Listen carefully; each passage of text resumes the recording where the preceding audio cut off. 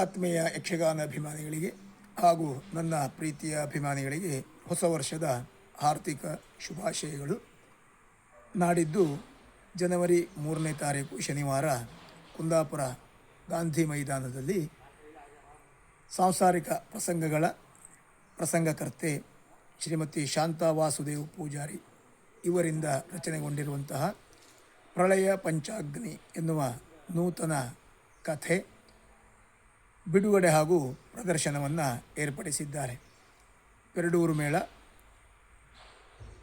ಮೇಳದ ಕಲಾವಿದರು ತಾವೆಲ್ಲ ಹೆಚ್ಚಿನ ಸಂಖ್ಯೆಯಲ್ಲಿ ಬಂದು ಶ್ರೀ ಪೆರಡೂರು ಮೇಳವನ್ನು ಹಾಗೂ ಪ್ರಸಂಗವನ್ನು ಬರೆದಿರುವಂತಹ ಶಾಂತಾ ವಾಸುದೇವ್ ಪೂಜಾರಿಯವರನ್ನು ಪ್ರೋತ್ಸಾಹಿಸಬೇಕು. ಪ್ರಸಂಗ ಶತದಿನೋತ್ಸವವನ್ನು ಆಚರಿಸಲಿ, ಯಶಸ್ಸಾಗಲಿ ಎನ್ನುವ ಹಾರೈಕೆಯೊಂದಿಗೆ ಮತ್ತೊಮ್ಮೆ ನಿಮಗೆಲ್ಲರಿಗೂ ಸ್ವಾಗತ.